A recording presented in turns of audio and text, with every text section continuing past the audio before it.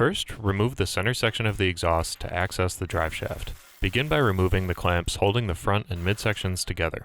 This car has an aftermarket exhaust, so your process may vary, but drop the exhaust in whatever method works best for your application.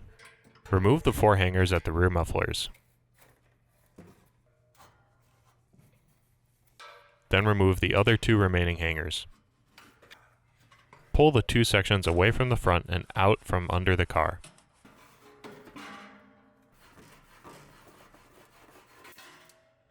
Remove the heat shield, and then you'll have access to the drive shaft.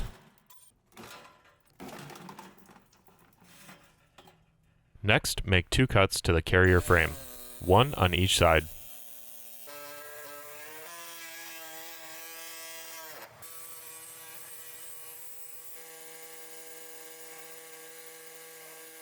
Unbolt it from the body and pull the loose pieces of the frame off.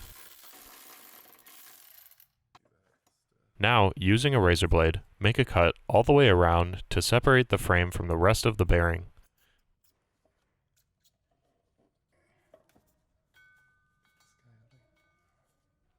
Then cut the remaining loose rubber hanging off the back of the bearing all the way around until it's flush with the rest of the bearing.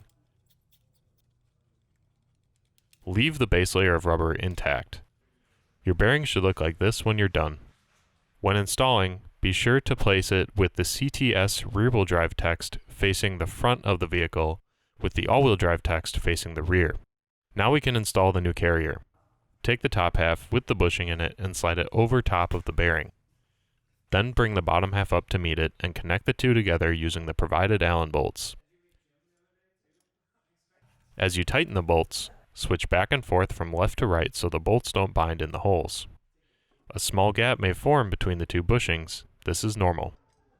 To mount it to the car, take your bolt, put a fender washer on it, an isolation damper facing up, go up into the carrier, bring another isolation damper down from the top, and then put your small washer on the very top. Same thing on the other side.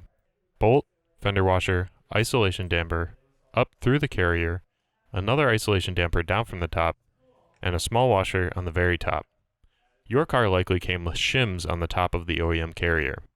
Using the provided washers, match them up as close to the height of the OEM shims and place those on top of the small washer. Tighten both bolts and torque them each to 19 Newton meters. Then reinstall your exhaust and enjoy your new JXB Driveshaft Carrier.